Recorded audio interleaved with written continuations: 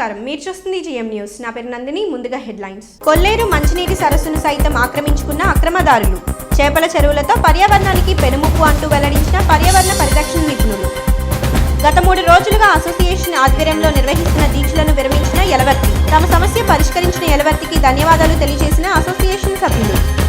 పట్టణంలో ర్యాలీ నిర్వహిస్తున్న వామపక్ష నాయకులు, అక్రమ అరెస్టులతో పోరాటాలను ఆపివేయలేరంటూ వెల్లడించిన వామపక్ష నాయకులు. స్థానిక ఏజీకే మున్సిపల్ పాఠశాలలో పల్స్ పోలియో అవగాహన సదస్సు మరియు ర్యాలీని నిర్వహించారు. ఈ కార్యక్రమానికి ముఖ్య అతిథిగా మున్సిపల్ చైర్మన్ యలవర్తి పాల్గొని పోలియో రహిత సమాజమే ప్రభుత్వ ధ్యేయమని ఆయన వెల్లడించారు. పోలియో రహిత సమాజమే ప్రభుత్వ ధ్యేయంగా ప్రతి చిన్నారికి పోలియో చుక్కలను వేయటం జరుగుతుందని మున్సిపల్ చైర్మన్ యలవర్తి శ్రీనివాసరావు వెల్లడించారు. శుక్రవారం స్థానిక ఏజీకే మున్సిపల్ పాఠశాలలో పల్స్ పోలియో అవగాహన సదస్సు ర్యాలీని నిర్వహించారు. ఈ కార్యక్రమానికి ముఖ్య అతిథిగా పాల్గొన్న యలవర్తి మాట్లాడుతూ, భారతదేశం గత 10 ఏళ్లుగా భారతదేశంలో ఒక్క పల్స్ పోలియో కేసులు కూడా నమోదు కాలేదని ఆయన వెల్లడించారు. పోలియో రహిత భారతదేశంగా ఉండటం అభినందనీయమని ఆయన వెల్లడించారు. పోలియో మహమ్మారిని తరిమేందుకు ప్రతి ఒక్కరూ కృషి చేయాలని ఆయన వెల్లడించారు. 5 సంవత్సరాల లోపు పిల్లలకు తప్పనిసరిగా పోలియో చుక్కలను వేయించుకోవాలని ఆయన వెల్లడించారు. పోలియో రహిత సమాజమే ధ్యేయమంటూ ర్యాలీని పట్టణంలో నిర్వహించారు. ఈ కార్యక్రమంలో municipal commissioner Bandi Seshanna, assistant commissioner Ratnaraju తదితరులు పాల్గొన్నారు. భారతదేశంలో ఉన్నటువంటి విపరీతమైనటువంటి వ్యాధుల్లో పల్స్ పోలియో ఒకటి. ఈ వ్యాధి యొక్క తీవ్రత ఎలా ఉండేదంటే, ఒక్కసారికి సోకితే కనుక జీవితాంతము ఆ వ్యక్తి బాధపడేటువంటి రోజులు.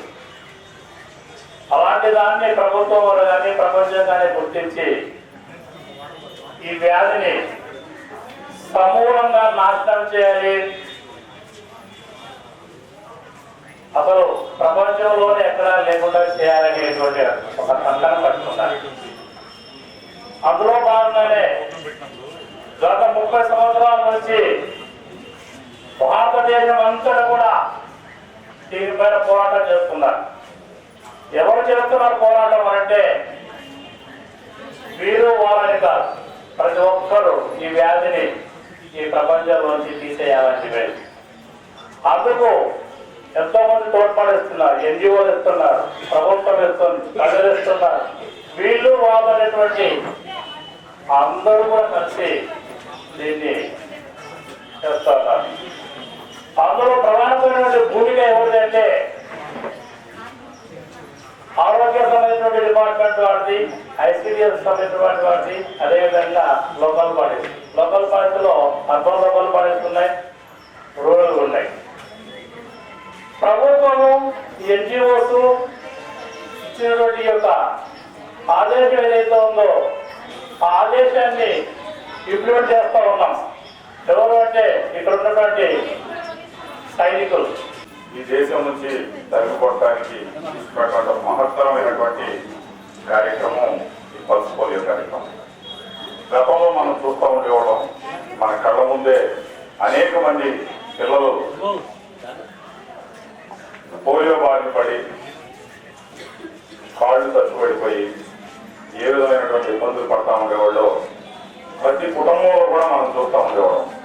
ఇటువంటి పరిస్థితులు ఈ రోజున ముఖ్యంగా పేద మధ్యతరగతి కుటుంబాల్లో చాలా ఇబ్బందులు పడేటటువంటి పరిస్థితి.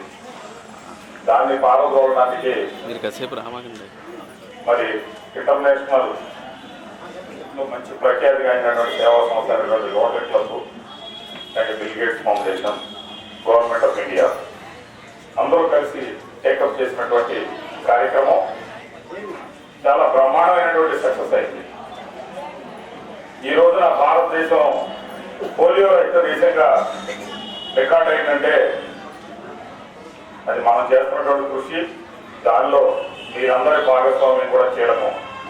ఎందుకంటే పుట్టిన బిడ్డ దగ్గర నుంచి 5 సంవత్సరాలు ఉన్నటువంటి ప్రతి వారికి కూడా ఈ పోలియో చుక్కలు వేసే కార్యక్రమాన్ని క్షేత్ర స్థాయిలో చేయవలసినటువంటి మీరందరూ కూడా అవగాహన కల్పించి ప్రతి ఒక్కరి డోర్ టు డోర్ వెళ్ళి అందరికీ కూడా ఈ పోలియో చుక్కల్ని పిల్లలకి వేసేటటువంటి కార్యక్రమాన్ని మీరు విజయవంతంగా పూర్తి చేసినట్టయితేనే మన భారతదేశం యొక్క పరువు ప్రతిష్టలు, అదేవిధంగా ఈ కార్యక్రమం ఇంత సక్సెస్ అయ్యింది అనే విధంగా చేసేటటువంటి కార్యక్రమం మీ అందరి పాత్ర చాలా కీలకమైంది. కాబట్టి తప్పనిసరిగా మీరందరూ కూడా గుడివాడ పట్టణంలో 60 సెంటర్లు మనం పెట్టడం జరిగింది.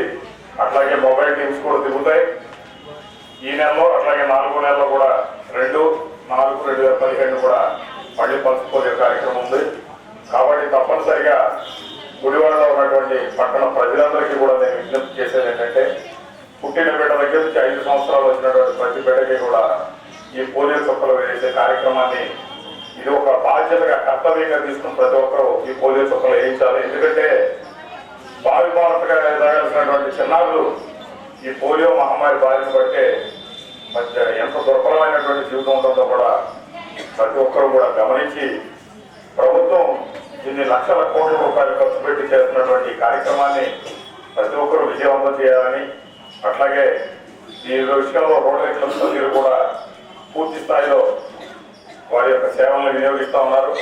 పట్టణ ప్రజలందరూ కూడా వినియోగించుకోవాలని కోరుకుంటూ, మీరందరూ కూడా మీ బాధ్యతని పూర్తి బాధ్యతాయుతంగా సక్రమంగా నిర్వహించాలని చెప్పి మనస్ఫూర్తిగా కోరుకుంటా ఉన్నాను. Thank you. గత 3 రోజులుగా డిపాజిట్లను చెల్లించాలని కోరుతూ కాంట్రాక్టర్స్ అసోసియేషన్ ఆధ్వర్యంలో చేపట్టిన దీక్షలను మున్సిపల్ చైర్మన్ యలవర్తి నిమ్మరసం ఇచ్చి దీక్షలు విరమింపచేశారు. ఈ సందర్భంగా అసోసియేషన్ సభ్యులు తమ సమస్యను పరిష్కరించిన యలవర్తికి దీక్షకు మద్దతు పలికిన వివిధ పార్టీలకు, ప్రజా సంఘాల నాయకులకు ధన్యవాదాలు తెలియజేశారు. గత 3 రోజులుగా డిపాజిట్లు చెల్లించాలని కాంట్రాక్టర్స్ అసోసియేషన్ ఆధ్వర్యంలో చేపట్టిన దీక్షలను municipal chairman Yalavarthi Srinivasarao, commissioner Bandi Seshanna, vice chairman Nadapa Babji కాంట్రాక్టర్లకు నిమ్మరసం ఇచ్చి దీక్షలు విరమింపచేశారు. శుక్రవారం స్థానిక మున్సిపల్ కార్యాలయం వద్ద కాంట్రాక్టర్స్ అసోసియేషన్ ఆధ్వర్యంలో కాంట్రాక్టర్లకు గత 12 ఏళ్లుగా డిపాజిట్లు తిరిగి ఇవ్వటం లేదని దీక్షలు చేపట్టడం తెలిసిందే. ఈ దీక్షలను మున్సిపల్ చైర్మన్ యలవర్తి ప్రతిష్టాత్మకంగా తీసుకుని కాంట్రాక్టర్ల నాయకులతో మాట్లాడి దీక్ష విరమింపచేశారు. ఈ సందర్భంగా యలవర్తి మాట్లాడుతూ, తన దృష్టికి కాంట్రాక్టర్ల సమస్యను నా దృష్టికి తీసుకురాకపోయినా ప్రభుత్వం చేపడుతున్న అభివృద్ధి పనులు జరగాలన్న ఉద్దేశంతోనే కాంట్రాక్టర్లకు రావాల్సిన 740 డిపాజిట్లను తిరిగి వారికి ఇచ్చేలా చర్యలు చేపడుతున్నామన్నారు. తన కౌన్సిల్ హయాంలో డిపాజిట్లు లేవని, అయినప్పటికీ వారికి డిపాజిట్లు తిరిగి ఇవ్వాలని అధికారులతో, సిబ్బందితో చర్చించి పెండింగ్లో ఉన్న ఫైల్స్ను తీయడం జరిగిందని ఆయన వెల్లడించారు. 3 సంవత్సరాలు దాటిన డిపాజిట్లు కౌన్సిల్లో పెట్టి ఇవ్వటం జరుగుతుందన్నారు. ఇప్పటికే 2 సంవత్సరాల లోపు ఉన్న బిల్లులు 15 రోజుల లోపు ఇచ్చేలా చర్యలు చేపట్టడం జరుగుతుందన్నారు. కాంట్రాక్టర్స్ అసోసియేషన్ సభ్యులు మాట్లాడుతూ, తమ సమస్యను పరిష్కరించిన యలవర్తికి కృతజ్ఞతలు తెలుపుతూ తమ దీక్షకు మద్దతు పలికిన వివిధ పార్టీలు, ప్రజా సంఘాల నాయకులకు ధన్యవాదాలు తెలియజేశారు. మున్సిపల్ కాంట్రాక్టర్స్ అందరూ కూడా వారికి గత కొన్ని సంవత్సరాలుగా రావాల్సినటువంటి టెండర్లకు సంబంధించినటువంటి ఏదైతే డిపాజిట్ కడతారో ఆ డిపాజిట్స్ రిఫండ్ చేసే విషయంలో గడిచినటువంటి 10-12 సంవత్సరాలుగా మాకు కొన్ని రావడం లేదని వాళ్ళు చెప్పడం జరిగింది. దాని మీదట ఒక 3 నెలలు, సుమారుగా 2 నెలలు 15 రోజుల క్రితం కూడా నన్ను కూడా కలిశారు, వచ్చి నా దృష్టికి కూడా తీసుకొచ్చారు. ఆ టైంలో కొన్ని క్లియర్ చేసాం, ఇంకా కొన్ని ల్యాక్ ఆఫ్ స్టాఫ్ వలన కొన్ని చేయడం కుదరలేదు. ఓవరాల్గా ఏంటంటే వాళ్ళు 1200 ఫైల్స్ వరకు ఉన్నాయనేది మా దృష్టికి తీసుకొచ్చారు. యాక్చువల్గా అయితే 1200 ఫైల్స్ లేవు, ఇవ్వాల్సి సుమారుగా ఒక 700 వరకు ఐడెంటిఫై చేసాం. దాంట్లో కొన్ని ఇచ్చినవి ఉన్నాయి, కొన్ని ప్రాసెస్లో ఉండాల్సినవి ఉన్నాయి. అవన్నీ కూడా ఐడెంటిఫై చేస్తూ ఉన్నాం. ఓవరాల్గా మరి ఈరోజు నా దగ్గరికి వచ్చినప్పుడు కూడా మరి నా దృష్టికి రాకుండా మీరు కూర్చున్నారని నేను అడిగినప్పుడు కూడా మాకు వేరే ఉద్దేశం లేదండి, మీ దృష్టికి వస్తే మీరు కూర్చొని ఎవరో ఎట్టి పరిస్థితుల్లోనూ మళ్ళీ మిమ్మల్ని కాదని మేము కూర్చున్నాం అనే పేరు మాకెందుకు, కాబట్టి అందుకని మీకు చెప్పలేదు, కానీ మాకు వేరే ఉద్దేశం లేదు. తప్పనిసరిగా న్యాయం చేయమని అడగడం, వాళ్ళు అడిగినటువంటి కోరిక కూడా న్యాయమైంది. ఎందుకంటే డిపాజిట్ చేసిన తర్వాత 2 సంవత్సరాలు దాటిన తర్వాత వాళ్ళు డిపాజిట్ రిఫండ్ చేయాల్సినటువంటి బాధ్యత అధికారుల మీద ఉంటుంది. తర్వాత మా అధికారులను కూడా అందరినీ కూర్చోబెట్టి మొత్తం ఐడెంటిఫై చేశాను. సుమారుగా ఒక 700 ఫైల్స్ వరకు ఐడెంటిఫై చేశాం. అవన్నీ కూడా 3 సంవత్సరాలు దాటినవి అన్నీ కూడా కౌన్సిల్కి వెళ్ళాల్సినటువంటి పరిస్థితి ఉంది. 2-3 సంవత్సరాల మధ్యలో ఉన్నాయని ఉంటే ఎగ్జిక్యూటివ్ అథారిటీగా కమిషనర్ గారు వాటిని టేకప్ చేస్తారు. అవన్నీ కూడా మేము మాట్లాడుకుని అధికారులతో కూర్చొని ఒక లైన్కి వచ్చాం. తప్పనిసరిగా నెక్స్ట్ కౌన్సిల్ మీటింగ్లో కొన్ని దఫల వారీగా కౌన్సిల్కి రావాల్సినవన్నీ కూడా కౌన్సిల్కి తీసుకొస్తాం. అట్లాగే ఏదైతే కమిషనర్ గారు చేయగలరో అవన్నీ కూడా 10-15 రోజుల్లో క్లియర్ చేసి, అంటే ఏ రోజుకి ఆ రోజు ఒకే రోజు కాకుండా రోజు డే టు డే అడ్మినిస్ట్రేషన్ చెడిపోకుండా ప్రజలకు జరగాల్సినటువంటి రోడ్లు, డ్రైన్లు, సదుపాయాలు ఏది కూడా డిస్టర్బెన్స్ లేకుండా అది కంటిన్యూ చేస్తూనే ఇవి కూడా కంటిన్యూ చేసి మీకు న్యాయం చేస్తానని చెప్పాను. వాళ్ళు కూడా సంతోషించారు. మాకు కావాల్సిందే కదండి, మేము తెల్లారు లేస్తే మరి మేము కలిసి పనిచేయాలి అనే ఉద్దేశంతో ఉన్నారు. కాబట్టి అందరూ మేము కూడా 20 సంవత్సరాల మట్టి కౌన్సిల్లో ఉన్నాం. ఇక్కడ అందరూ కూడా చిరపరిచితులే, మాకు బాగా కావాల్సిన వాళ్ళే. తప్పనిసరిగా వాళ్ళ న్యాయమైనటువంటి కోరికలు ఏవైతే ఉన్నాయో అవన్నీ కూడా క్లియర్ చేస్తాం. యాక్చువల్గా అయితే ఈ కౌన్సిల్ వచ్చి 2.5 సంవత్సరాలు అయింది. మా కౌన్సిల్ వచ్చిన తర్వాత ఇవ్వాల్సినటువంటి డిపాజిట్ 3 సంవత్సరాలు దాటితేనే మేము డిపాజిట్ ఇవ్వాలి. సో కాబట్టి మా కౌన్సిల్ వచ్చిన తర్వాత ఇవ్వాల్సిన డిపాజిట్ కానీ మా కౌన్సిల్ వల్ల ల్యాప్సెస్ కానీ ఏమీ లేవు ఇక్కడ. సో మా వరకైతే లేకపోయినా యాజ్ ఏ మున్సిపల్ చైర్మన్గా వారికి ఉన్నటువంటి సమస్యల్ని, ఇబ్బందుల్ని పరిష్కారం చేయాల్సినటువంటి బాధ్యత మా మీద ఉంది. తప్పనిసరిగా బాధ్యత మాది నిర్వర్తిస్తాం. ఎక్కడా కూడా దీంట్లో రాజకీయాలని పక్కన పెట్టి రాజకీయాలు రానివ్వం. ఊరికనే రాజకీయ లబ్ధి పొందడానికి కాదు ఇది. తప్పనిసరిగా కాంట్రాక్టర్లు ఏదైతే సమస్యలు ఉన్నాయో వారి సమస్యలు న్యాయమైనవి అని ఖచ్చితంగా అది అందరికీ తెలిసిందే.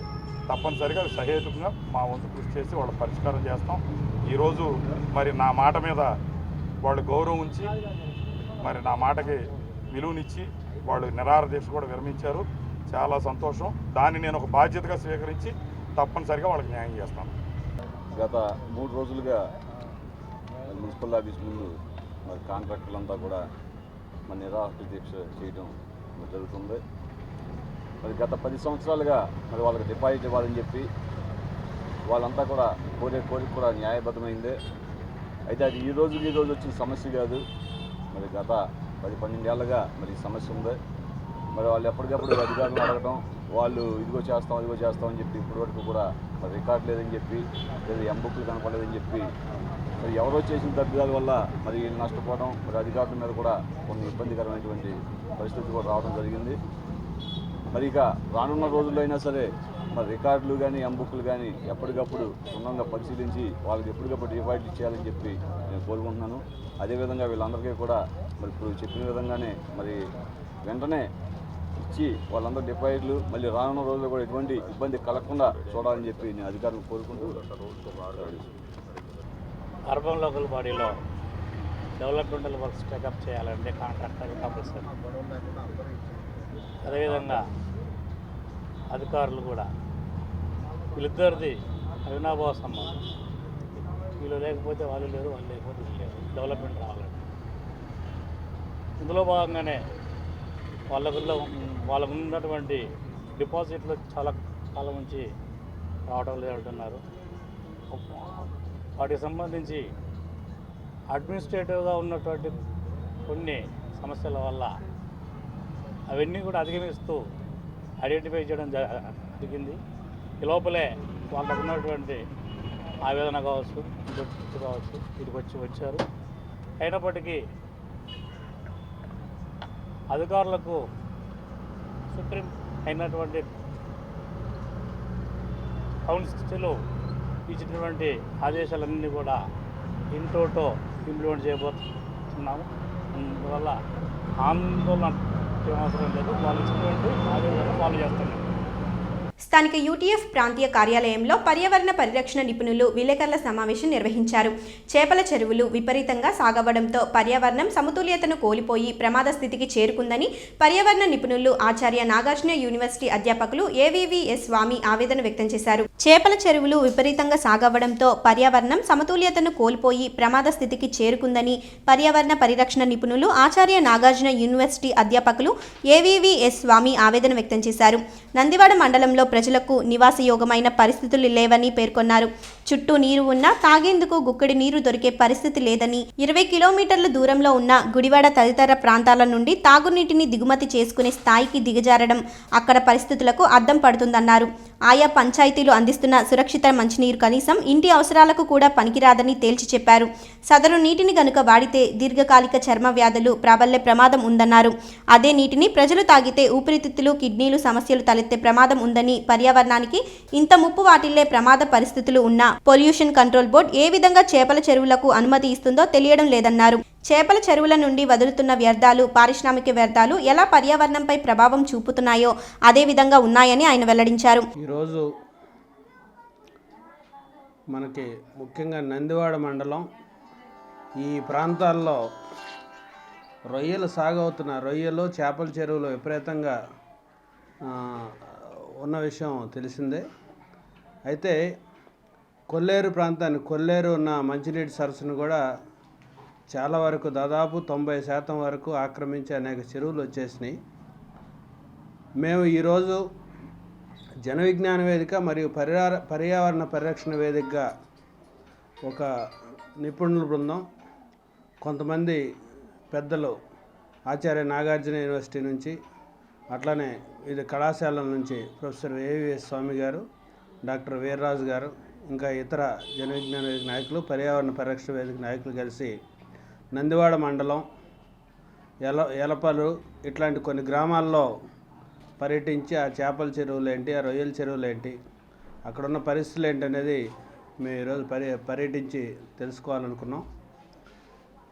అయితే ఇక్కడ పరిస్థితులు చూస్తే మాత్రం విపరీతంగా మిగతా అంశాలు, సామాజిక అంశాలు ఓ రకంగా వదిలేస్తే మేము పర్యావరణ పరంగా కూడా ఈ ప్రాంతంలో పెద్ద ముప్పు. ఇప్పటికే చాలా గ్రామాలు చాలా పర్యావరణ విషయంలో, మిగతా విషయాల్లో చాలా అన్బ్యాలెన్సెస్ కనిపిస్తూ ఉన్నాయి. ముఖ్యంగా మేము గమనించిన విషయం ఏంటంటే, ఈ ప్రాంతాలు మొత్తం టోటల్గా ఈ మండలం మొత్తం చూసినప్పుడు ఈ మండలం దాదాపు నివాసయోగ్యంగా లేదు, ప్రజలకు నివాసయోగ్యంగా లేదు. ఆ ప్రాంతంలో ఒక్క చుక్క మంచినీరు కూడా తాగే పరిస్థితి అనేది ఇవాళ లేదు. అక్కడ నుంచి ఒక్క చుక్క మంచినీరు తాగన్నా ఇతర ప్రాంతాల నుంచి తెచ్చుకోవాల్సిన పరిస్థితులు అనేవి ఉన్నాయి. మామూలుగా చూస్తే ప్రభుత్వం ఎందుకు పర్యవేక్షణ లేదో తెలియదు, కానీ ఆ మండలంలో కొన్ని గ్రామాలు అసలు ఇక్కడ నుంచి ప్రజల జనాభా సంఖ్య కూడా తగ్గుతుంది అనేది మా అబ్జర్వేషన్లో తేలిన మరొక అంశం. అయితే ఈ భూములను మళ్ళా వ్యవసాయకంగా సంక్షోభం వచ్చే అవకాశం ఉంది. ఈ భూములు తిరిగి సాగుకి పనికొస్తాయా లేదని సాగులోకి మళ్ళీ తీసుకురావాలంటే మాత్రం చాలా ఇబ్బందులు ఎదుర్కోవాల్సిన పరిస్థితి ఉంది. ఆహార భద్రతకు కూడా ముప్పు వాటిల్లే పరిస్థితి అనేది ఇక్కడ ఉంది. రెండోది, మేము ఇక్కడ వాటర్ శాంపిల్స్ కూడా కొన్ని తీసుకురావటం జరిగింది. వాటిని కూడా పరీక్ష చేసి అక్కడ ఉన్న పరిస్థితులు ఏంటనేది మేము త్వరలో అది కూడా తెలియజేస్తాం. కాబట్టి ప్రభుత్వం ఎప్పటికైనా మేలుకొని కొల్లేరుకు సంబంధించిన అంశం అయితే చాలా పెద్ద అంశం. అది ప్రభుత్వం దృష్టిలో సామాజికవేత్తలు, పర్యావరణవేత్తలు అనేక సార్లు ఆందోళన వెలుబుచ్చారు. అది ఇంకా ఆ సంక్షోభం అనేది ఇంకా తీవ్రమైన స్థాయిలో, నిజంగా ఇప్పుడు వరకు జరిగిన నష్టం చాలా నష్టం జరిగింది. ఇంకా ఆ నష్టాన్ని పూడ్చడానికి కానీ ఆ నష్టాన్ని తిరిగి మామూలు పరిస్థితి తీసుకురావాలి. కానీ అట్లా కాకుండా ఇంకా దుర్మార్గమైన పరిస్థితిలోకి నెట్టే ఇది అక్కడ మాకు కనిపించిన వాతావరణం. ఇంకా విస్తృతంగా చేపల చెరువులు, రొయ్యల చెరువులు పెరుగుతూ ఉన్నాయి. వ్యవసాయ భూమి అనేది తగ్గిపోతూ ఉంది. దీని ఫలితంగా మేము పర్యటించిన సుమారుగా 70 కిలోమీటర్లు పర్యటిస్తే మేము 70 కిలోమీటర్లలో పశు సంపద, ముఖ్యంగా పశు సంపద అనేది చాలా దుర్మార్గమైన సంఖ్యలో ఉంది. నిజంగా నేను అనుకోవటం, భారతదేశంలో ఒక పల్లెటూరులో ఇన్ని గ్రామాలు, పల్లె గ్రామాల్లో పశు సంపద ఇంత తక్కువగా ఉండటం అనేది నిజంగా చాలా భయపడాల్సిన, భవిష్యత్తుని భయాందోళన కలిగించే అంశంగా గుర్తించాలా. ఎందుకంటే పశువులు పెరిగే పరిస్థితి కానీ, అవి బతికే పరిస్థితి కానీ, వాటికి మేత కానీ ఇట్లాంటి ఏమీ అక్కడ అందుబాటులో లేవు. పర్యావరణ పరిరక్షణ సమితి ఆధ్వర్యంలో ఈ రోజున నందివాడ మండలం పర్యటించడం జరిగింది. చూసినప్పుడు అక్కడ ఈ రొయ్యలు చెరువులు, చేపల చెరువులు తప్ప మనుషులు కూడా కనపడని పరిస్థితి. అలాగే చూసినట్టయితే ఈ బడుగు బలహీన వర్గాల గృహాలన్నీ కూడా కాలువ గట్లకి, చెరువుల గట్లకి పరిమితం అయిపోయి వాళ్ళకి ఏమాత్రం నివాసయోగ్యంగా లేనటువంటి ప్రాంతాల్లో వాళ్ళు బతుకుతూ జీవితం గడుపుతూ ఉన్నారు. అలాగే ఆశ్చర్యకరమైన విషయం ఏంటంటే, ఈ పొలాల్లో కానీ చెరువుల దగ్గర పనిచేసే కుర్రవాళ్ళతో సహా, కూలీలతో సహా మంచినీళ్ళు ఇతర ప్రాంతాల నుంచి తెచ్చుకొని తాగుతున్నారు. సో ఇదే సందర్భంగా మనం కొంత గ్రౌండ్ వాటర్ సోర్సెస్, అలాగే పంచాయతీ వాళ్ళు సప్లై చేస్తున్నటువంటి వాటర్ నీటిని అబ్జర్వ్ చేసినప్పుడు మేము గమనించింది ఏంటంటే, ఇప్పుడు సాధారణంగా వాటర్ క్వాలిటీ చెప్పేటప్పుడు biological oxygen demand BOD, COD chemical oxygen demand అనే 2 పారామీటర్స్ని మేము చూస్తాం. ఇవి సాధారణంగా వాటర్ క్వాలిటీకి సంబంధించి పరిశ్రమల నుంచి వెలువడే కాలుష్య వ్యర్థ జలాలలో మనం కొలవాల్సిన అవసరం ఉంటుంది. గ్రౌండ్ వాటర్కి పారామీటర్స్ కొలవాల్సిన అవసరం లేదనేది మా జనరల్ ఇది. అయితే ఇక్కడ తప్పనిసరిగా గ్రౌండ్ వాటర్కి కూడా మనం BOD, COD లాంటివి మెజర్ చేసి చూసుకోవాల్సినటువంటి పరిస్థితి ఉంది. అలాగే గ్రామాల్లో కొన్ని చెరువులు చూసినట్టయితే ఈ సెడిమెంట్స్ అంటాం, చెరువుల లోపల అడుగున ఉన్నటువంటి ఈ ఆర్గానిక్ మ్యాటర్ సెటిల్ అయినప్పుడు కొన్ని పర్టికులర్ ఇండికేటర్ ఆర్గానిజమ్స్ కొన్ని ఉంటాయి. ఇందులో కాలుష్యం ఉందా లేదా అని చెప్పడానికి అనుకూలంగా కొన్ని రకాల జీవులు ఉంటాయి. అవి ఎక్కడ కూడా కనపడే పరిస్థితి లేదు. సో వీటన్నిటికీ ముఖ్య కారణంగా ప్రాథమికంగా మేము ఒక అంచనాకు వచ్చింది ఏంటంటే, ఈ చెరువులు నిర్మించేటప్పుడు పెద్ద పెద్ద చెరువులు 60 ఎకరాలు 100 ఎకరాల చెరువులు చేయటం వల్ల ఈ మధ్యలో ఏవైతే ఉన్నాయో మంచినీటి బోధులు, మురుగునీటి బోధులు, సో ఈ డిమార్కేషన్ లేకపోవటం వల్ల చెరువులోకి వాడుకునే నీళ్ళు అవే, అలాగే మళ్ళీ చెరువు నుంచి బయటికి నీళ్లు తోడేటప్పుడు కూడా అదే కాలువల్లోకి ఇవి తోడటం వల్ల ఈ ముఖ్యంగా గ్రామాల్లో ఉండేటువంటి ఈ గ్రామ చెరువులకి పెట్టుకునే నీరు కూడా ఈ కెనాల్స్ నుంచి మనం డ్రా చేస్తాం కాబట్టి ఈ నీరే అందులోకి వెళ్ళటం, సో అది ఏమాత్రం తాగటానికి అనుకూలంగా లేకపోవటం మేము ప్రాథమికంగా ఒక అంచనాకు వచ్చాం. సో దీన్ని కెమికల్ అనాలిసిస్ ఇట్లాంటివన్నీ చేసిన తర్వాత వాటి వల్ల ఏ స్థాయిలో ప్రమాదం ఉండబోతుంది అనేది కూడా మనం తెలుసుకోగలుగుతాం. నేను డాక్టర్ వీర్రాజు, రాష్ట్ర పర్యావరణ పరిరక్షణ వేదిక ఆధ్వర్యంలో వేదిక కన్వీనర్ శ్రీనివాస్ గారు, నాగార్జున విశ్వవిద్యాలయం ప్రొఫెసర్ స్వామి గారు ఆధ్వర్యంలో ఇంకా అనేక మంది ఒక నిపుణుల బృందం ఈ కొల్లేరు పరివాహక ప్రాంతంలో, గుడివాడ ప్రాంతంలో పర్యటించడం జరిగింది. దాదాపుగా 70 కిలోమీటర్లు పర్యటించిన తర్వాత మేము గమనించిన విషయాలు ఏంటంటే, శ్రీనివాస్ గారు చెప్పినట్టు పర్యావరణానికి పెను ముప్పు ఏర్పడింది. అలాగే అనేక గ్రామాలు, అనమనపూడి, తుమ్మలపల్లి, అలాగే ఇలపర్రు, పోలుకొండ, ఆ గ్రామాల మీదుగా మేము చూడడం జరిగింది. ఆ గ్రామాల్లో కనీసం తాగడానికి మంచినీళ్ళు తెచ్చుకోవడానికి 20 కిలోమీటర్లు అంటే గుడివాడ రావాల్సిన పరిస్థితి. ఆ వాడుకునే ఒక చోట ఒక గ్రామంలో మాకు మంచినీళ్ళు అంటే భోజనం ఏర్పాటు చేస్తే భోజనం చేయడానికి కూర్చుంటే చేతులు కడుక్కోవడానికి ఆ బయట నీళ్లు ఇస్తే మాకు భయం వేసింది. చేతులు కాళ్ళు కడుక్కోవటానికి భయం వేసింది. అవి పంచాయతీ తాగటానికి ఆ గ్రామానికి ఏర్పాటు చేస్తున్న నీరు, ప్రభుత్వం అందిస్తున్న నీటితో మేము కాళ్ళు కడుక్కోవడానికి భయపడ్డాం. అంటే ఆ గ్రామంలో నడుచుకుంటూ వెళ్తున్నప్పుడు వాళ్ళ ఆవేదన ఏంటంటే, మాతో ఉన్నవాళ్ళు ఆ గ్రామాల్లో పరిస్థితులను అర్థం చేసుకున్న వాళ్ళు ఆవేదన ఏంటంటే, చాలా చిన్న వయసులో చచ్చిపోతున్నారు, ఈ గ్రామాల్లో ఉన్న ప్రజలు చాలా చిన్న వయసులో చచ్చిపోతున్నారు. ఎందుకు అనంటే, మంచినీళ్ళు అనేవి ప్రభుత్వాలు అనేది, రాజ్యం అనేది ఎందుకు ఉంటుంది? ప్రజలకు రక్షణ కల్పించడానికి ఏర్పడి మెరుగైన జీవితాన్ని అందించడం కోసం ప్రభుత్వాలు కొనసాగుతున్నాయి. కానీ పెద్ద అంటే బడాబాబుల కోసం ఈ చెరువులు అంటే సంపద కోసం చెరువులుగా మార్చేసి కనీసం పంట బోధులు, స్వామి గారు చెప్పినట్టు పంటకు వెళ్ళడానికి మా చిన్నతనంలో పొలాల్లో వ్యవసాయం చేస్తున్నప్పుడు పెద్ద కాలువల నుంచి పంట బోధులు పొలాల్లో చివరి వరకు వెళ్తాయి. ఆ పొలాల్లో పనులు చేసిన తర్వాత భోజనాలు చేసే ముందు ఇలా చేతులతో ఇలా పైనున్న చెత్తను తీసి దోశలతో తీసి మంచినీళ్ళు తాగేవాళ్ళం. అంటే బోధుల్లో నీళ్లు తాగే పరిస్థితి నుంచి గ్రామాల్లో నీటి చెరువుల్లో పంచాయతీలు ఇచ్చే నీళ్లలో కాళ్ళు కడుక్కోవడానికి లేని పరిస్థితి. ఆ నీళ్లు తాగి ఆ నీళ్లతో స్నానం చేస్తే చర్మ వ్యాధులు రావడం, దీర్ఘకాలిక వ్యాధులు రావడం, లంగ్ ఇన్ఫెక్షన్స్ రావడం, ఊపిరితిత్తులు పాడైపోవడం, లేకపోతే కిడ్నీలు పాడైపోవడం వంటి సమస్యలతో ప్రజల్ని ఇంత సంక్షోభంలోకి నెట్టి కంట్రోలింగ్ మెకానిజం ఏం చేస్తుంది అంటే, ఇరిగేషన్ వాళ్ళు పెద్ద చేపల చెరువులు వాళ్ళు మురుగునీటిని పంట కాలువల్లో తోడుతూ ఉంటే, పంట కాలువలను ఆక్రమించి చెరువులు తవ్వుతూ ఉంటే, నిబంధనలకు విరుద్ధంగా చెరువులు తవ్వుతూ ఉంటే రెవెన్యూ యంత్రాంగం ఏం చేస్తుంది, ఇరిగేషన్ యంత్రాంగం ఏం చేస్తుంది, పర్యావరణ పొల్యూషన్ కంట్రోల్ బోర్డు ఏం చేస్తుంది, వీటన్నిటినీ అంటే నియంత్రణ వ్యవస్థలు విఫలం అవడం అంటే ప్రభుత్వం విఫలం అవడమే. లేదా ఆ ప్రాంతాల్లో నివసించేది దళితులే కాబట్టి వాళ్ళు చచ్చిపోయినా పర్వాలేదు, మాకు రాజకీయ అండదండలతో మా రాజకీయ పార్టీలకి మా వాళ్ళకి ఈ ఫైనాన్స్ చేసేవాళ్ళు, డబ్బులు అందించేవాళ్ళు పార్టీలకు పెట్టుబడులు పెట్టి ప్రజల ఓట్లు కొని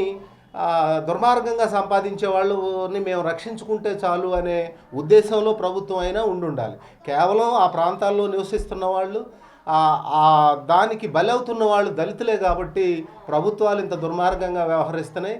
దీని మీద ఈ ప్రజా సంఘాలు లేదా ఈ రైతు సంఘాలు, ఈ సిఐటియు ఆధ్వర్యంలో జరుగుతున్న పోరాటాలకి మేము ఇక్కడ ఈ రాష్ట్రంలో ఉన్న మేధావులు కానీ పర్యావరణ సంఘాలు కానీ మేము పూర్తి మద్దతుగా నిలుస్తాం. ప్రత్యేక హోదా కోరుతూ చేపట్టిన దీక్షలను ప్రభుత్వం నిలువరించేందుకు అక్రమ అరెస్టులకు బరితెగించిందని, ఎన్ని అరెస్టులు జరిగినా పోరాటాన్ని ఆపలేరని సిపిఎం జిల్లా కార్యదర్శి ఆర్ రఘు మరియు సిపిఐ నియోజకవర్గ కార్యదర్శి గూడపాటి ప్రకాష్ బాబు వెల్లడించారు. ప్రత్యేక హోదా కోరుతూ చేపట్టిన దీక్షలను ప్రభుత్వం నిలువరించేందుకు అక్రమ అరెస్టులకు బరితెగించిందని, ఎన్ని అరెస్టులు జరిగినా పోరాటాన్ని ఆపలేరని సిపిఎం జిల్లా కార్యదర్శి ఆర్ రఘు, సిపిఐ నియోజకవర్గ కార్యదర్శి గూడపాటి ప్రకాష్ బాబు వెల్లడించారు. శుక్రవారం పట్టణంలో ప్రత్యేక హోదా కోసం సమరస్యంగా దీక్షలు చేస్తున్న వారిని అరెస్టు చేయటాన్ని నిరసిస్తూ పట్టణంలో ర్యాలీగా నిరసనను వామపక్ష నాయకులు నిర్వహించారు. ఈ సందర్భంగా వారు మాట్లాడుతూ ఆర్కే బీచ్లో ప్రత్యేక హోదా విషయంలో పోలీసులు వ్యవహరించిన విధానం దారుణమన్నారు. బస్ యాత్రలో పాల్గొని తిరిగి వస్తున్న సిపిఎం రాష్ట్ర కార్యదర్శి పి మధును వైఎస్ఆర్సీపీ అధినేత జగన్ను అడ్డగించి అరెస్ట్ చేయటం దారుణమన్నారు. ప్రజా ఉద్యమాల విషయంలో కేంద్ర రాష్ట్ర ప్రభుత్వాలు అనుసరిస్తున్న విధానాలు దారుణమన్నారు. ప్రత్యేక హోదా సాధించేంత వరకు పోరాడతామని ఆయన వెల్లడించారు. ఈ కార్యక్రమంలో వ్యవసాయ కార్మిక సంఘం రాష్ట్ర కార్యదర్శి వి వెంకటేశ్వరరావు, సిపిఎం డివిజన్ కార్యదర్శి ఆర్సిపి రెడ్డి తదితరులు పాల్గొన్నారు. నిన్న రాష్ట్ర ముఖ్యమంత్రి గారు చంద్రబాబు నాయుడు గారి ఆదేశాల మేరకు రాష్ట్ర వ్యాపితంగా ప్రత్యేక హోదా కోసం పోరాడుతున్న యువతకి మద్దతు తెలియజేస్తారన్న నెపంతో అనేక మంది ప్రతిపక్ష ప్రధాన నాయకుల్ని అరెస్ట్ చేసి సాయంత్రం రాత్రుల వరకు నిర్బంధం చేసి వాళ్ళని అర్ధరాత్రులు వదిలి పోలీసు పహారాలో వాళ్ళని వాళ్ళ ఊళ్ళ వరకు సాగనంపే కార్యక్రమానికి చంద్రబాబు నాయుడు గారు తెరలేపాడు. ఇది ఎమర్జెన్సీ రోజుల్ని తలపించే పరిస్థితి కనపడుతోంది. ఎక్కడ ఏ ప్రజా ఉద్యమాన్ని సహించగలిగిన స్థితిలో ఈరోజు చంద్రబాబు నాయుడు ప్రభుత్వం లేకుండా పోయింది. ఇది చాలా ప్రజాస్వామ్యానికి ప్రమాదకరమైందని మేము భావిస్తున్నాం. నిన్న వాస్తవంగా ఈ ప్రత్యేక హోదా కోసం రాష్ట్ర నలుమూలల నుంచి సాంఘిక మాధ్యమంలో అనేక మంది యువకులు ఆర్కే బీచ్ విశాఖపట్నానికి చేరుకోవాలని, అక్కడ శాంతియుతంగా మౌన ప్రదర్శన నిర్వహించాలని పిలుపునివ్వటం జరిగింది. దానికి అన్ని వామపక్ష పార్టీలు, సిపిఎంతో సహా అన్ని వామపక్ష పార్టీలు, అలాగే ప్రతిపక్ష ప్రధాన పార్టీలైన వైఎస్ఆర్సీపీ, జనసేన, ఈ అధినేతలందరూ కూడా వాళ్ళకి మద్దతు ఇచ్చి మీరు చేస్తున్నది చాలా న్యాయమైంది, మీ పోరాటానికి మా మద్దతని తెలియజేశారు.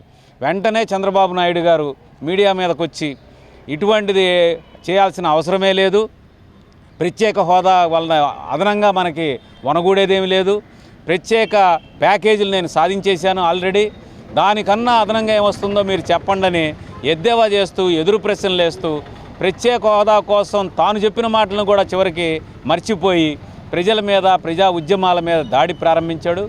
ఇది ఎవరు ప్రేరేపించిన ఉద్యమం కాదు నిన్న ఆర్కే బీచ్లో జరగనున్నది. కానీ దాన్ని చాలా పాశవికంగా అక్కడికి చేరుకున్న యువకుల మీద లాఠీ చార్జీలు చేసి వాళ్ళని జైళ్లలో నిర్బంధించడమే కాకుండా ప్రధాన ప్రతిపక్ష నేతగా ఉన్న జగన్ని అరెస్ట్ చేశారు. అలాగే సిపిఎం పార్టీ రాష్ట్ర కార్యదర్శి పి మధు గారిని, అలాగే చౌదరి తేజేశ్వరరావు గారిని, సిహెచ్ నరసింహరావు గారిని, ఇటువంటి సిపిఎం నాయకులందరినీ శ్రీకాకుళం, విశాఖపట్నంలో అరెస్ట్ చేశారు. అలాగే జనసేనకు సంబంధించిన అనేక మంది నాయకులను అరెస్ట్ చేసినట్టు తెలుస్తోంది. కాంగ్రెస్ వాళ్ళ మీద చాలా తీవ్రమైన దాడి ప్రారంభించారు. ఎక్కడైనా నిరాహార దీక్షలు చేస్తుంటే ఆ శిబిరాలను లేపేశారు.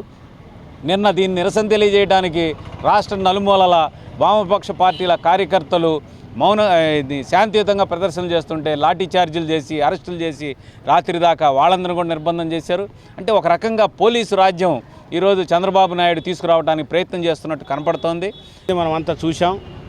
చాలా దుర్మార్గంగా, కర్కశంగా, అమానుషంగా ప్రజాస్వామ్య హక్కులనే కాలరాస్తూ ప్రభుత్వం ఒక దమనకాండ ప్రదర్శించింది. దీన్ని సిపిఎం పార్టీ తీవ్రంగా ఖండిస్తుంది. అంతేకాకుండా రాష్ట్ర వ్యాప్తంగా కాకుండా దేశవ్యాప్తంగా ప్రజలు, ప్రజాస్వామికవాదులు, సంఘాలు, మేధావులంతా కూడా ఇటువంటి దుర్మార్గాన్ని తీవ్రంగా ఖండించాలని విజ్ఞప్తి చేస్తున్నాం. మేము చేస్తున్నటువంటి న్యాయమైన పోరాటానికి ప్రజల మద్దతు సంపూర్ణంగా ఉంది. ప్రత్యేక హోదా కోసం దాదాపు సంవత్సరం కాలంగా పెద్ద ఎత్తున పోరాటాలు జరుగుతున్న విషయం అందరికీ తెలుసు. కేంద్రం, రాష్ట్ర ప్రభుత్వాలు ఈ రాష్ట్రాన్ని, ప్రజల్ని మోసం చేశాయి.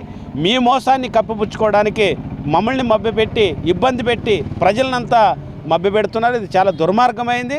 అందుకోసం ఇప్పటికైనా చంద్రబాబు నాయుడు గారు మీ మోసాన్ని, మీ దుర్మార్గాన్ని మీ పక్కన పెట్టి మీరు కూడా ప్రత్యేక హోదా కోసం పోరాడాలి. లేదా ప్రత్యేక హోదా కోసం పోరాడితే ఈ రాష్ట్రాన్ని ద్రోహం చేసిన వాళ్ళు అవుతారు. ప్రజలు మీకు తగిన బుద్ధి చెప్తారు. అంతేకాకుండా నిన్న మనకందరికీ తెలుసు, ఆర్టికల్ 21 ప్రకారంగా జీవించే హక్కు, మాట్లాడే హక్కు, వాక్ స్వాతంత్రం మనకందరికీ తెలుసు. కానీ నిన్న జరుగుతున్నటువంటి సామరస్యంగా, ప్రశాంతంగా, మౌనంగా మేము దీక్ష చేస్తామంటే ఏం చేస్తున్నారని, అక్కడ అసెంబ్లీ ఉందా, సెక్రటరియట్ ఉందా, లేదా పార్లమెంట్ ఉందా, ఏముంది బీచ్ దగ్గర, ఏది కొల్లగొడతారు ప్రజలు ప్రశాంతంగా చేసే చూడడానికి కూడా అవకాశం లేదా? ఏదన్నా చెప్తే ఎక్కడన్నా గ్రౌండ్లో చేసుకోమంటారు, లేదా ఎక్కడ ప్రజలు లేని చోటు చేసుకోమని మీరే చెప్తారు. మరి అటువంటి ప్లేస్ ఎంచుకొని మౌనంగా దీక్ష చేయడానికి కూడా పర్మిషన్ లేదంటే మనం ఈ మధ్య చూసింటాం.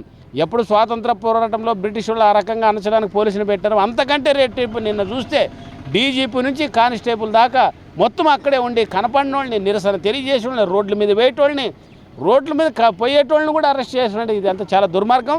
దీన్ని బట్టి చూస్తుంటే చంద్రబాబు నాయుడు గారికి పోయే కాలం దగ్గర పడుతుంది. ఆయనకు భయం పుట్టుకున్నది. ఇంక అయిపోయింది, నేనేమో అయిపోతున్నామన్న భయం వల్ల ఇది చేస్తున్నాడు తప్ప ఇంకోటి కానే కాదు. ఇప్పటికైనా మీరు ఆ నిర్బంధాన్ని ఎత్తివేయండి, ప్రజాస్వామ్య హక్కులకు అవకాశం ఇవ్వండి, నిరసనగా తెలిపే హక్కు మాకు. అందుకోసమే ఇటువంటి దుర్మార్గాన్ని ఖండించాలని ప్రజాస్వామిక వాదులందరినీ సిపిఎం పార్టీ విజ్ఞప్తి చేస్తుంది. స్థానిక ఇరిగేషన్ కార్యాలయంలో విలేకరుల సమావేశం నిర్వహించారు. ఈ సందర్భంగా ఇరిగేషన్ డీఈ మాట్లాడుతూ రిపబ్లిక్ డే సందర్భంగా విజయవాడలో జలతరంగిణి పేరిట క్రీడా సాంస్కృతిక పోటీలు నిర్వహించడం జరిగిందని, ఈ పోటీలలో గుడివాడ పట్టణ ఇరిగేషన్ ఉద్యోగులు పాల్గొని ఉత్తమ ప్రతిభ కనబర్చారని ఆయన అభినందించారు. జలతరంగిణి స్పోర్ట్స్ గేమ్స్లో గుడివాడ ఇరిగేషన్ సిబ్బంది 5 క్రీడల్లో గెలుపొంది ఓవరాల్ ఛాంపియన్స్గా నిలిచారు. శుక్రవారం స్థానిక ఇరిగేషన్ కార్యాలయంలో ఇరిగేషన్ డీఈ కొడాలిబాబు మాట్లాడుతూ రిపబ్లిక్ డే పురస్కరించుకుని రాష్ట్ర ప్రభుత్వం ఈ నెల 20 నుంచి 26వ తేదీ వరకు విజయవాడ ఇరిగేషన్ కార్యాలయంలో క్రీడలు, సాంస్కృతిక కార్యక్రమాలను జలతరంగిణిగా నిర్వహించడం జరిగిందన్నారు. ఈ క్రీడల్లో లస్కర్ నుండి ఎస్సీ వరకు పాల్గొనడం జరిగిందన్నారు. మహిళలకు, పురుషులకు నిర్వహించిన పోటీలలో cricket, volleyball, badminton, disc throw, shot put విజయం సాధించి ఓవరాల్గా ఛాంపియన్షిప్ కూడా గుడివాడ ఇరిగేషన్ విభాగం గెలుచుకుందన్నారు. ఈ కార్యక్రమంలో ఇరిగేషన్ ఏఈలు మస్తాన్ బేగ్, నిర్మల సరోజ, కరిముల్లా తదితరులు పాల్గొన్నారు. జలతరంగిణి అనేటువంటి ఒక కార్యక్రమంగా తీసుకొని క్రీడలు, సాంస్కృతిక కార్యక్రమాలు అనేటువంటి ఒక కాన్సెప్ట్ మీద రిపబ్లిక్ డే సందర్భంగా మనకి గేమ్స్ అండ్ స్పోర్ట్స్ కండక్ట్ చేసుకోవడం మనకు ఆనవాయితీ ఇంతకుముందు నుంచి. కంబైన్డ్ స్టేట్లో ఉన్నప్పుడు ఈ ఆనవాయితీ కొనసాగుతూ వచ్చింది.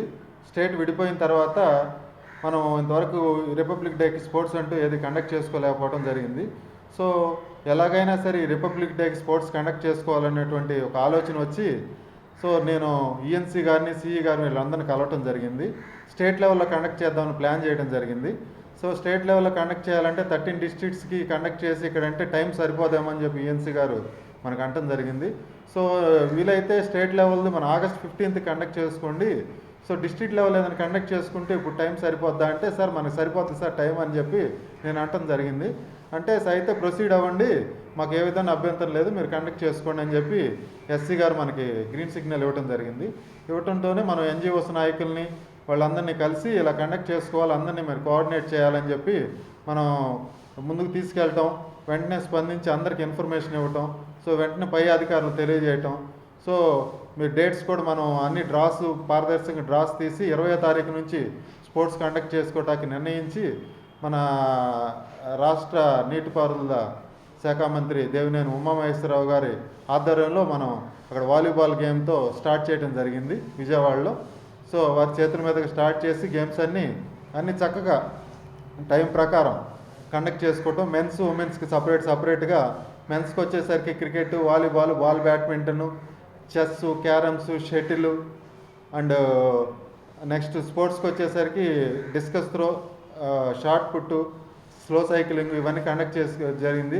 లేడీస్కి వచ్చి throwball, tennikoit, chess, carroms, musical chairs, రంగవల్లి, సో అంత్యాక్షరి ఇవన్నీ గేమ్స్ అన్ని కండక్ట్ చేసి వారం నుంచి అందరూ చాలా ఉత్సాహంగా 18 సంవత్సరాల వయసు నుంచి 60 సంవత్సరాల వయసు ఉన్న వ్యక్తితో సహా ప్రతి ఒక్కళ్ళు ఉత్సాహంగా చిన్న క్యాడర్, లస్కర్ అటెండర్ క్యాడర్ నుంచి ఎస్సీ గారి వరకు పార్టిసిపేట్ జరిగింది ఉత్సాహంగా. సో అందరికీ అభినందనలు తెలియజేశాం. నేను సాయంకాలం ఈ మీటింగ్ బహుమతి ప్రధానోత్సవం సందర్భంగా ఎస్సీ గారు మరియు సిఈ గారు మరియు అందరి ఈఈలు మరి రాష్ట్ర ఎన్జిఓ సంఘ అధ్యక్షులు సో బండి శ్రీనివాసరావు గారు, విద్యాసాగర్ రావు గారు అండ్ జిల్లా అధ్యక్షులు, ఎన్జిఓస్ అధ్యక్షులు అందరూ పార్టిసిపేట్ చేయడం జరిగింది. సో ఈ యొక్క స్పోర్ట్స్ అండ్ గేమ్స్లో కండక్ట్ చేస్తే ఒక గుడివాడ డిఈగా నేను ఫస్ట్ నుంచి స్పోర్ట్స్ అంటే బాగా ఇంట్రెస్ట్ గల వ్యక్తిని. సో నాకు స్పోర్ట్స్ అంటే ఇంట్రెస్ట్ కావాలన్నా ప్రతి గేమ్లో నేను ఇచ్చిన 5 గేమ్స్లో పార్టిసిపేట్ చేయండి. 5 మనకి ప్రైజులు సాధించడం జరిగింది. సో 5 ప్రైజ్ సాధించి ఓవరాల్గా లెక్కేసి ఓవరాల్ ఛాంపియన్షిప్ సో నాకు ఇవ్వటం జరిగింది. సో మన సిఈ గారు అండ్ దంపతుల పేరు చేతుల మీదుగా నేను తీసుకోవడం జరిగింది. సో ఆ సంతోష సందర్భంగా మీతో పంచుకుంటున్నాను అన్నమాట. స్థానిక వడ్డాది చారిటబుల్ ట్రస్ట్లో కేంద్ర యువజన సర్వీసులు మంత్రిత్వ శాఖ ఆధ్వర్యంలో యువతలకు సాంకేతిక నైపుణ్యత శిక్షణ ఉపాధిపై సదస్సు నిర్వహించారు. ఈ కార్యక్రమానికి యలవర్తి ముఖ్య అతిథిగా విచ్చేశారు. స్థానిక వడ్డాది చారిటబుల్ ట్రస్ట్లో కేంద్ర యువజన సర్వీసుల మంత్రిత్వ శాఖ ఆధ్వర్యంలో యువకులకు నెహ్రూ యువ కేంద్రం సాంకేతిక నైపుణ్యత శిక్షణ ఉపాధిపై అవగాహన సదస్సు నిర్వహించారు. ఈ సదస్సుకు ముఖ్య అతిథిగా పాల్గొన్న యలవర్తి మాట్లాడుతూ ప్రతి ఇంట్లో ఇంజనీరింగ్, ఎంబీఏ, డిగ్రీ విద్యల్లో ఉత్తీర్ణులైన వారు ఇంగ్లీష్ మాట్లాడడంలో వెనుకబడి ఉన్నారని, యువ కేంద్రంలో శిక్షణ పొంది టాకింగ్ పవర్ను పెంచుకుని వివిధ సాంకేతిక పరిజ్ఞానాన్ని సంపాదించుకుని ఉన్నత శిఖరాలు అధిరోధించాలని ఆకాంక్షించారు. ఈ కార్యక్రమంలో వడ్డాది ట్రస్ట్ చైర్మన్ సునీత రాజేష్ తదితరులు పాల్గొన్నారు. విషయ పరిజ్ఞానానికి వాళ్ళకి అందుబాటులోకి తీసుకురావడంతో పాటు సామాజిక అంశాల మీద, గ్రామీణ విషయాల మీద వాళ్ళకి అవగాహన శిబిరాలు, స్పోర్ట్స్ కానీ, కల్చరల్ యాక్టివిటీస్ కానీ ఇట్లాంటివి కండక్ట్ చేయడంతో పాటు skill development activities, life skill education ఇట్లా డిఫరెంట్ ఆస్పెక్ట్స్ మీద వాళ్ళని మెయిన్ స్ట్రీమ్లోకి తీసుకురావడం కోసం ఈ కార్యక్రమాలు నిర్వహించడం జరుగుతుంది. ఈరోజు ఇక్కడ వడ్డాది చారిటబుల్ ట్రస్ట్లో ఈ 27 నుంచి 31 దాకా నిర్వహించే కార్యక్రమం మొదటిసారిగా ఇక్కడ నిర్వహిస్తున్నాము. ఈ 5 రోజుల కార్యక్రమంలో మెయిన్ కాన్సెప్ట్ ఏంటంటే సిటీస్ అంటే అర్బన్ ఏరియాలో ఉండే యూత్కి కామన్గా కాలేజ్కి వెళ్ళడం, తర్వాత సిటీస్లో తిరగడం, వీటన్నిటితోటి కొద్ది బేసిక్ నాలెడ్జ్ అంటే పబ్లిక్లో ఎలా కలవాలి, పబ్లిక్ తోటి ఎట్లా మాట్లాడాలి, లేదా ఒక 10 మందిని కలిసి మాట్లాడినప్పుడు ఎటువంటి మర్యాదలు పాటించాలి, ఇట్లాంటి విషయ పరిజ్ఞానం ఉంటుంది. కానీ విలేజ్లో ఉండేవాళ్ళు ఇప్పుడు ఏమున్న సిచ్యువేషన్లు ఏంటంటే ప్రధానమంత్రి గారు ఇస్తున్న వివిధ అవకాశాల ద్వారా వాళ్ళు కూడా మెయిన్ స్ట్రీమ్లోకి రావడం కోసం ఎడ్యుకేషన్ అయితే ఉంటుంది, కానీ బ్యాక్గ్రౌండ్గా వాళ్ళకి కావాల్సిన సాఫ్ట్ స్కిల్స్ కానీ అట్లాంటివి వాళ్ళకి అందుబాటులో ఉండట్లేదు. మేనరిజమ్స్ కానీ, ఎథిక్స్ కానీ ఇట్లాంటివి వాటికి నేర్పించడం కోసం ఏంటంటే ఈ 5 రోజుల ట్రైనింగ్లో personality development, communication skills, public speaking, తర్వాత నోట్ తయారు చేసుకోవడం, బుక్ కీపింగ్, ఇట్లా వాళ్ళకి ఏదైతే ఫండమెంటల్ నాలెడ్జ్ అవసరం అవుతుందో, ఒక ఇంటర్వ్యూ ఫేస్ చేయాలంటే ఎటువంటి నాలెడ్జ్ అవసరం అవుతుంది, పర్సన్ టు పర్సన్ కాంటాక్ట్ ఎట్లా చేయాలి, డ్రాఫ్టింగ్ అంటే లెటర్స్ ఏదైనా తయారు చేయాలి. కొంతమందికి ఈ రోజుల్లో చూసినట్టయితే బ్యాంక్కి వెళ్ళి డ్రాఫ్ట్ తీసుకోవడం కూడా రావట్లేదు చాలామంది, అంటే అప్లికేషన్ ఫామ్ని ఎలా ఫిల్అప్ చేసుకోవాలనేది కూడా. సో ఇటువంటి విషయాలు అంటే బేసిక్ ఫండమెంటల్స్ ఏవైతే నిత్య జీవితంలో వాళ్ళు మెయిన్ స్ట్రీమ్లోకి వచ్చి వాళ్ళు ఏదైనా సిటీకి వెళ్ళినట్టయితే జాబ్ పరంగా కానీ, లేదంటే మైగ్రేషన్లో కానీ, హైయర్ ఎడ్యుకేషన్కి వెళ్ళినట్టయితే వాళ్ళు ఎట్లా వర్క్ నేర్చుకోవాలి, ఎట్లా గెట్ ఆన్ అవ్వాలి అనేది ఫండమెంటల్ నాలెడ్జ్ ప్లస్ కొంచెం life skill. Competitive world, competitive life, education is more competitive అయిపోయింది. ఈరోజు ఇంజనీరింగ్ అంటే గతంలో మేము చదువుకునే రోజుల్లో, మేము ఇంజనీరింగ్ చేసిన రోజుల్లో ఒక ఇంజనీరింగ్ సీట్ అంటే అదేదో మా అబ్బాయి ఇంజనీర్ చదువుతున్నాడు అని చెప్పడానికే చాలా ఉండేది. ఈరోజు ఇంజనీరింగ్ గ్రాడ్యుయేట్స్ మారిన పరిస్థితుల్లోనూ మనకున్నటువంటి అవకాశాల దృష్ట్యా ఈరోజు ప్రతి ఒక్కరూ ఇంజనీరింగ్ గ్రాడ్యుయేట్, ప్రతి ఇంట్లోనూ ఒకరో ఇద్దరు ఇంజనీరింగ్ గ్రాడ్యుయేట్స్ ఉంటున్నారు. కానీ అంతమందికి గవర్నమెంట్ నుంచి కానీ ప్రైవేట్ సెక్టార్ నుంచి కానీ జాబ్స్ కల్పించేటటువంటి పరిస్థితులు చాలా తక్కువగా ఉన్నమాట వాస్తవం. కాబట్టి మనమే ప్రతి ఒక్కరూ ఇటు ప్రైవేట్ సెక్టార్ మీద కానీ గవర్నమెంట్ సెక్టార్ మీద కానీ ఆధారపడకుండా మన జాబ్ను మనం ఎలా సంపాదించుకోవాలి అనే దాంట్లో ముఖ్యమైనది కమ్యూనికేషన్ స్కిల్స్. చాలా మందిలో తక్కువగా ఉంటుంది అదే ప్రస్తుతం. నేను ఎందుకంటే మా ఫ్రెండ్కి ఒక సాఫ్ట్వేర్ కంపెనీ ఉంది హైదరాబాద్లో, టెక్రా సొల్యూషన్స్ లిమిటెడ్ అని. దాంట్లో వెళ్ళి కూర్చుంటా, ఎప్పుడు కూర్చున్నప్పుడల్లా ఇంటర్వ్యూస్ జరుగుతూ ఉంటాయి, చూస్తూ ఉంటాయి. కమ్యూనికేషన్ స్కిల్స్ చాలా వీక్గా ఉన్నారు స్టూడెంట్స్. ఈరోజు కమ్యూనికేషన్ స్కిల్ లేకుండా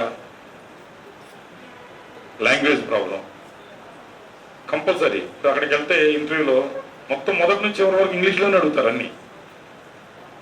మనకి ఇంగ్లీష్ చదవడం వచ్చు, ఇంగ్లీష్ ఇప్పుడు మీరు చదివే ఇంజనీరింగ్ అన్నీ ఇంగ్లీష్లోనే ఉంటాయి కదా బుక్స్, అన్నీ చదవగలరు, బ్రహ్మాండంగా మీకు నాలెడ్జ్ ఉంటుంది, బ్రహ్మాండంగా ఎగ్జామ్స్ రాస్తారు, డిస్టింక్షన్లో పాస్ అవుతారు. కానీ టాకింగ్ పవర్ ఉండదు కొంత. అదేంటంటే అది మీ తప్పు కాదు, అది చిన్నప్పటి నుంచి మనం చదువుకున్నటువంటి ఎడ్యుకేషనల్ లెవెల్. ఇప్పుడు సాధారణ మధ్యతరగతిలో ఉన్నటువంటి పిల్లలు మున్సిపల్ స్కూల్స్లో కానీ ఈ స్కూల్స్లో చదివినప్పుడు అక్కడ ట్రైన్డ్ ఎడ్యుకేషన్ సంబంధించినటువంటి టీచర్స్ ఉండరు. కాబట్టి ఏంటంటే మనం పెరిగిన వాతావరణం, మనం చదువుకున్న చదువు, దీనివలన అవి మనం మాట్లాడలేనటువంటి పరిస్థితి. అంతేగాని మీరేదో అందరికన్నా తక్కువ మాట్లాడగలిగేవాడు, బాగా తెలియగలవాడు, మాట్లాడలేనంత తెలివి తక్కువడనేం కాదు. అట్లయితే ఏలుముద్రోడు కోట్లు సంపాదిస్తారు, దాన్ని మనం ఏం చెబుతాం. కాబట్టి అది కరెక్ట్ కాదు. సమాజంలో కూడా డబ్బు సంపాదించిన వాళ్ళంతా తెలియగలవాళ్ళు, డబ్బు సంపాదించిన వాళ్ళంతా తెలివి తక్కువ అంటే చెప్పలేం, అది కూడా కాదు. కాబట్టి మీరు మొట్టమొదటిగా చేయాల్సింది ఏంటంటే ప్రతి ఒక్కరికి నేను చెప్పేది మీ కమ్యూనికేషన్ స్కిల్స్, అట్లాగే మీరు మాట్లాడడానికి కావాల్సినటువంటి ఆ ఇంగ్లీష్ మీద కమాండ్, ఈ రెండు కంపల్సరీ. ఎక్కడికన్నా వెళ్ళండి, మీరు ఏ ఉద్యోగానికి వెళ్ళండి, మన గుడివాడ దాటి బయటికి వెళ్తే ఏ కంపెనీకి వెళ్ళినా ఇదే పరిస్థితి ఉంటుంది. గుడివాడ బార్ అసోసియేషన్ అధ్యక్షులు గంటా మనోహర్ ఆధ్వర్యంలో న్యాయవాదులు విధులు బహిష్కరించారు. ప్రత్యేక ప్యాకేజీ పేరుతో కేంద్ర ప్రభుత్వం తాస్కారం చేస్తుందని ఆయన వెల్లడించారు. కేంద్ర ప్రభుత్వం త్వరగతిన ప్రత్యేక ప్యాకేజీ ఇవ్వాలని ఆయన వెల్లడించారు. కేంద్ర ప్రభుత్వం ప్రత్యేక హోదా ఇస్తామని ఇప్పుడు మాట మార్చి ప్యాకేజీ పేరుతో కాలయాపన చేస్తుందని బార్ అసోసియేషన్ అధ్యక్షులు గంటా మనోహర్ అన్నారు. కేంద్ర ప్రభుత్వం వైఖరికి నిరసనగా న్యాయవాదులు తమ విధులు బహిష్కరించారు. ఈ సందర్భంగా మనోహర్ మాట్లాడుతూ ప్రభుత్వం ఆంధ్రాకు ప్రత్యేక హోదా ఇవ్వాలని కోరారు. ప్రభుత్వం నుండి వచ్చిన అనేక సంక్షేమ పథకాలను న్యాయవాదులకు వర్తింపజేయాలని ఆయన కోరారు. ఆంధ్రప్రదేశ్ విభజన తర్వాత ప్రత్యేక ప్రతిపత్తి ఇవ్వని చెప్పని ఆంధ్ర ప్రజలందరూ అడగడం, దానికి సెంట్రల్ గవర్నమెంట్ నిరాకరించి ప్రత్యేక ప్యాకేజీ అని చెప్పని ఒక ప్రకటించడం జరిగింది. ఆ ప్రత్యేక ప్యాకేజీని కూడా ఇంతవరకు చట్టబద్ధ కూడా చేయకుండా తాత్సారం చేయడం జరుగుతుంది. ప్రత్యేక హోదా ఇస్తాం వల్ల అనేక లాభాలు ఉంటాయనే ఉద్దేశంతో ప్రజలందరూ కూడా దాన్ని ఎదురు చూస్తున్నారు. కేంద్ర ప్రభుత్వం వారు ఈ విషయంలో తాత్సారం చేయడం వలన ఈ సంఘంలో యొక్క సొసైటీలో మాకు కూడా బాగుంది కాబట్టి ఆంధ్రప్రదేశ్ యొక్క ప్రజల యొక్క అభివృద్ధికి మేము కూడా భాగస్వాములు కావాలనే ఉద్దేశంతో మా గళం కూడా విప్పి ఈ ఆంధ్రప్రదేశ్కి కొత్తగా ఏర్పడి ఉండే ఆంధ్రప్రదేశ్కి ప్రత్యేక ప్రతిపత్తి హోదాని ఇమ్మీడియట్గా ఇవ్వాలని కోరుతున్నాం. అలాగే ఇప్పుడు దాకా చేసినటువంటి హోదాకి ఇచ్చినటువంటి ప్యాకేజ్ కూడా ఇమ్మీడియట్లీ కూడా చట్టబద్ధ చేయాలి. అలాగే మరొక ముఖ్యమైన సమస్య ఏంటంటే మా యొక్క సమస్యలు కూడా బోళ్ళు ఉన్నాయి. ఇప్పుడు తెలంగాణ విడిపోగానే తెలంగాణ సీఎం గారు న్యాయవాద యొక్క సంక్షేమ సంఘానికి 100 కోట్ల రూపాయలు వెంటనే సీఎం అయిన వెంటనే ప్రకటించారు. ఇంతవరకు కూడా మాకు ఉన్నటువంటి ప్రస్తుత గవర్నమెంట్ ఏమి ప్రకటించకపోవడం అనేది బాధాకరం. ఇప్పుడు దీంట్లో భాగంగానే మేము కూడా ఏమంటున్నామంటే మాకు ఇచ్చినటువంటి 3 లక్షల రూపాయల ఫండ్ని కనీసం 10 లక్షల దాకా చేయమనే ఉద్దేశంతో మేము అడుగుతున్నాం. ఇప్పుడు ఉత్తరప్రదేశ్లో కూడా అఖిలేష్ యాదవ్ గారు న్యాయవాదులు కానీ చనిపోతే తక్షణమే 10 లక్షల రూపాయలు ఇవ్వని చెప్పని మేనిఫెస్టోలో పెట్టి అది అమలు చేయబోతున్నారు. అదే ఒక పద్ధతిలో మాకు కూడా మినిమం 10 లక్షల రూపాయలు ఇచ్చి ఏర్పాటు చేయమని ప్రభుత్వాన్ని ఈ విషయంలో మేము విజ్ఞప్తి చేస్తున్నాం మరియు డిమాండ్ చేస్తున్నాం. దానికి అనుగుణంగానే మేము ఈరోజు మేము విధులు బహిష్కరించి ప్రభుత్వ వారి దృష్టికి ఈ విషయం తీసుకెళ్లాలనే ఉద్దేశంతో ఈ రోజున విధులు బహిష్కరించడం జరిగింది. సమాజంలో అత్యుత్తమైన వృత్తి న్యాయవాద వృత్తి. ప్రజాస్వామ్యంలో భారతదేశ ప్రజాస్వామ్య వ్యవస్థలో 3 ఎస్టేట్స్, ఒకటి లెజిస్లేచర్ చట్టం చేసే వ్యవస్థ, అది పార్లమెంట్ కానీ అసెంబ్లీ కానీ, రెండవది దాన్ని అమలు చేయడానికి ఎగ్జిక్యూటివ్ వ్యవస్థ, మూడవది జ్యుడిషియరీ. ఈ లెజిస్లేచర్ ఎగ్జిక్యూటివ్ ఎలా ఉంది, పనిచేస్తుందా లేదనేది పర్యవేక్షణ అధికారంతో పనిచేసేది ఈ జ్యుడిషియరీ. ఈ జ్యుడిషియరీలో ముఖ్యమైన భాగం న్యాయమూర్తి అవని, ఇంకేదైనా అవని, పబ్లిక్ ప్రాసిక్యూటర్, న్యాయ వ్యవధుల్లో నుంచే వచ్చే విధానం. అలాంటి విధానంలో ఈ న్యాయవాదికే ఈ భారతదేశంలో సరైన భద్రత, ఆర్థిక ఉసురుబాటు కానీ ఏ రకమైన వెసులుబాటు లేని పరిస్థితి ఉంది. గతంలో 2 లక్షల వెల్ఫేర్ 3 లక్షల వరకు ప్రస్తుతం మా న్యాయవాది మరణిస్తే 3 లక్షల వరకు, అది కూడా మేము కట్టే డబ్బులో నుంచే వెల్ఫేర్ ఫండ్. ప్రతి దావా వేసినప్పుడు కానీ, ఒక వ్యక్తికి కేసులో మెమో అపియరెన్స్ వేసినప్పుడు కానీ మేము కట్టే దాంట్లోనే మాకు ఇచ్చేది. ప్రభుత్వ పరంగానే స్టాంపు మేమే అతికించాలి, దాని నుంచి ఆ ఫండ్లో నుంచే మాకు తీసి ప్రస్తుతం ఇవ్వబడుతుంది. ప్రస్తుతం న్యాయవాదులకి సరైన భద్రత లేని యెడల, న్యాయవాదికే సరైన భద్రత లేనప్పుడు క్లయింట్కి కానీ కక్షిదారులు కానీ అన్యాయం జరిగిన వాడికి ఇంకేమి వారి గురించి ఏం పోరాటానికి అవకాశం లేదు కనుక ముందు న్యాయవాది ఆర్థిక భద్రత, సరైన రక్షణ అన్ని రకాలుగా, దీనికి తోడు మెడికల్ రీఎంబర్స్మెంట్ కానీ ఇవన్నిటిలో కూడా మామూలు కామన్ పౌరులతో పాటు న్యాయవాదులకు కూడా ఈ అవకాశాలన్నీ అందుబాటులోకి రావాలని మా న్యాయవాదుల డిమాండ్. Thank you. గురించి ఒక సాధారణ ప్రజల్లాగా మేము కూడా నిరసన తెలియజేయాల్సి వచ్చిన అవసరం ఏంటంటే, మీకు తెలుసు, మీరు విలేకరులు, మీకు హెల్త్ కార్డులు ఉన్నాయి, ఈ సమాజంలో అందరికీ హెల్త్ కార్డులు ఉన్నాయి. ఒక హెల్త్ కార్డు అనేవాడు లేనివాడు ఎవరైనా న్యాయవాదులే. అది కూడా మేము ముందు జేబులో డబ్బులు పెట్టుకుని, మేము ఏదైనా అనారోగ్యాలు వస్తే జేబులో డబ్బులు ఖర్చు పెట్టుకుని ఆ బిల్లు చూస్తే నెలలు, 2 నెలలు, 3 నెలల తర్వాత వస్తాయి ఆ డబ్బులు కూడా. కాబట్టి ప్రభుత్వం వారు ఏదో పని పాట లేకుండా చేస్తున్నారు అనుకోకుండా మా న్యాయపరమైన డిమాండ్లు కూడా వాళ్ళు పరిష్కరించి, మేము మా ప్రెసిడెంట్ గారు చెప్పినట్టు, మా సీనియర్ రాజేంద్ర ప్రసాద్ గారు చెప్పినట్లు మా గోడు అనండి, ఏమైనా అనండి, ఏది 3 లక్షల నుంచి అది 20 లక్షలకి చేయమని అంటున్నాము. కనీసం 15 లక్షలు చేసినా సంతోషమే. దాన్ని ప్రత్యేక హోదా గురించి కూడా మేము చేశాము. ప్రభుత్వమే అణిచివేస్తుందంటే చాలా బాధాకరమైన విషయము. కాబట్టి ప్రభుత్వం ఎప్పటికైనా కళ్ళు తెరిచి మా న్యాయమైన డిమాండ్లని పరిష్కరించాలని కోరుతున్నాను. వార్తలు ముగించే ముందు మరోసారి ముఖ్యాంశాలు. కొల్లేరు మంచినీటి సరస్సును సైతం ఆక్రమించుకున్న అక్రమదారులు, చేపల చెరువులతో పర్యావరణానికి పెనుముప్పు అంటూ వెల్లడించిన పర్యావరణ పరిరక్షణ నిపుణులు. గత 3 రోజులుగా అసోసియేషన్ ఆధ్వర్యంలో నిర్వహిస్తున్న దీక్షలను విరమించిన యలవర్తి, తమ సమస్య పరిష్కరించిన యలవర్తికి ధన్యవాదాలు తెలియజేసిన అసోసియేషన్ సభ్యులు. పట్టణంలో ర్యాలీ నిర్వహిస్తున్న వామపక్ష నాయకులు, అక్రమ అరెస్టులతో పోరాటాలను ఆపివేయలేరంటూ వెల్లడించిన వామపక్ష నాయకులు. ఈ వార్తలు ఇంతటితో సమాప్తం. నమస్కారం.